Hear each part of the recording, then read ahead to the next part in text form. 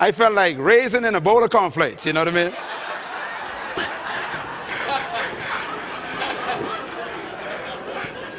And they were picking my brain, man. They were taking notes, asking me questions, keep writing stuff. And all of a sudden it hit me, wait a minute.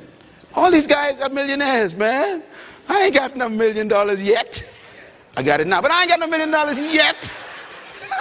And I'm sitting there thinking, wow, man, every Chinaman I know owns a business. And here I am in the heart of Asia, where they come from.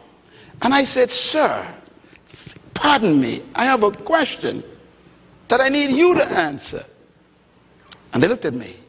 I said, tell me, how come everywhere you all go, no matter where it is, you go to the lowest ghetto in the heart of the township and you end up owning a business? Can you tell me what is your secret?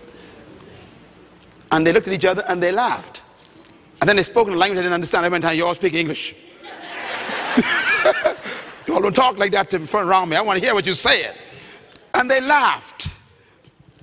And then the president said to me, he said, well, we've been noticing that ourselves. That everywhere we meet you all, and he meant people like me, he says, you are always seeming to be at the bottom of the ladder. He said, and we couldn't figure it out for a long time also. I said, but please tell me, what did you find out? Because I want to know. Because I ain't staying at the bottom of no ladder. And they laughed. He said, well, we have concluded, based on our assessment, that whenever you go into a community, the first thing you look for is a job. He says, when we come into any community, the first thing we look for is a business. He said, it's attitude. They don't even look for a job.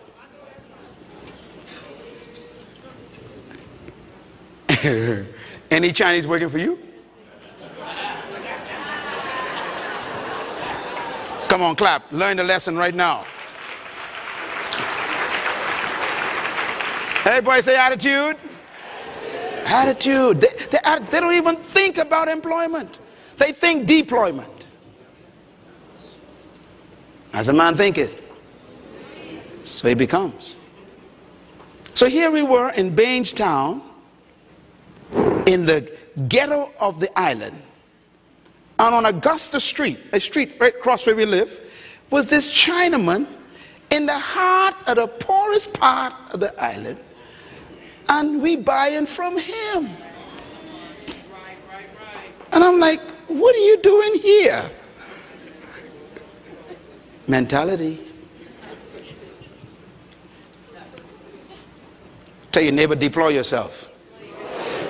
Let me say this to you. So I said to the guy, I said, excuse me, so when you go into a town or any country, so what do you do until you get a business? He says, any employment we have is always temporary. We only want enough money to start a business, that's all.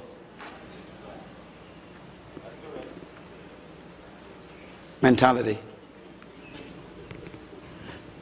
Number 6, true leadership is self-manifestation.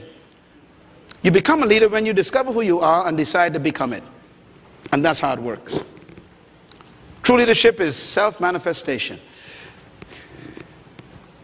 Your leadership is not ahead of you, it's trapped within you. You are so great, it's amazing. But the environment won't allow you to become it.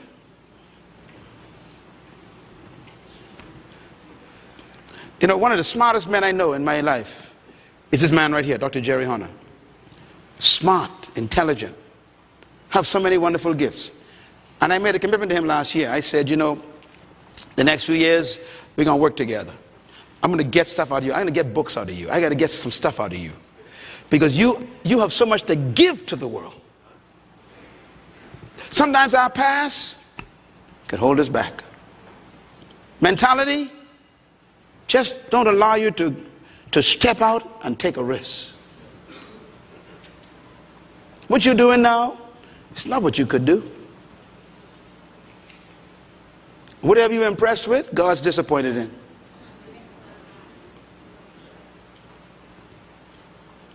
in. This conference began, every conference we begin by faith. No money, just some good plans and a lot of good announcements. And that's the way life is. Stop waiting for everything to show up before you start. Every leader, I tell you the truth, every leader ain't know what they doing. Me included. We don't know what we're doing. We just say, I got this idea, I'm going to go for it. And for heaven's sake, believe me, we ain't got no money. What I mean is for our projects. Because you are not a leader unless you're doing something you cannot pay for. Let me try it again. You missed that, Gandhi. I say you are not a leader unless you are doing something you cannot pay for.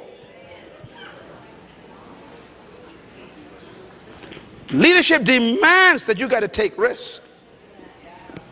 After all, you out front.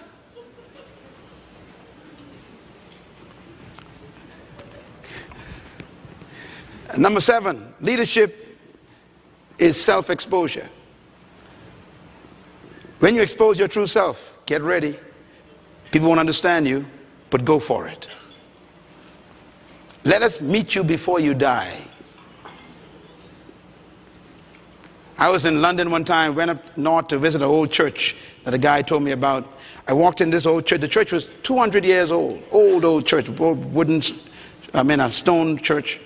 And I went in the cemetery around the church, and I saw these graves. And the graves were all broken down and everything. And I saw these graves there, and they had like 16, 18, 15, 42, these old dates and stuff. I'm like, wow. And I'm standing there by myself in this graveyard, hundreds of years old. I'm looking at this thing. And I heard a voice. And the voice said, do you see those graves? Most of those people never lived on earth. I thought, what is that? I don't understand the statement. And the voice came back again. It says, most of the people you see here, they never showed up on earth. I went back to my hotel room in London. That night I was disturbed by that statement all night. I couldn't figure, what does that mean? Until the light came on. Oh, that means who they really were never showed up. Can I suggest, let us meet you before you die, please. Not the one the culture made. Not the one society produced.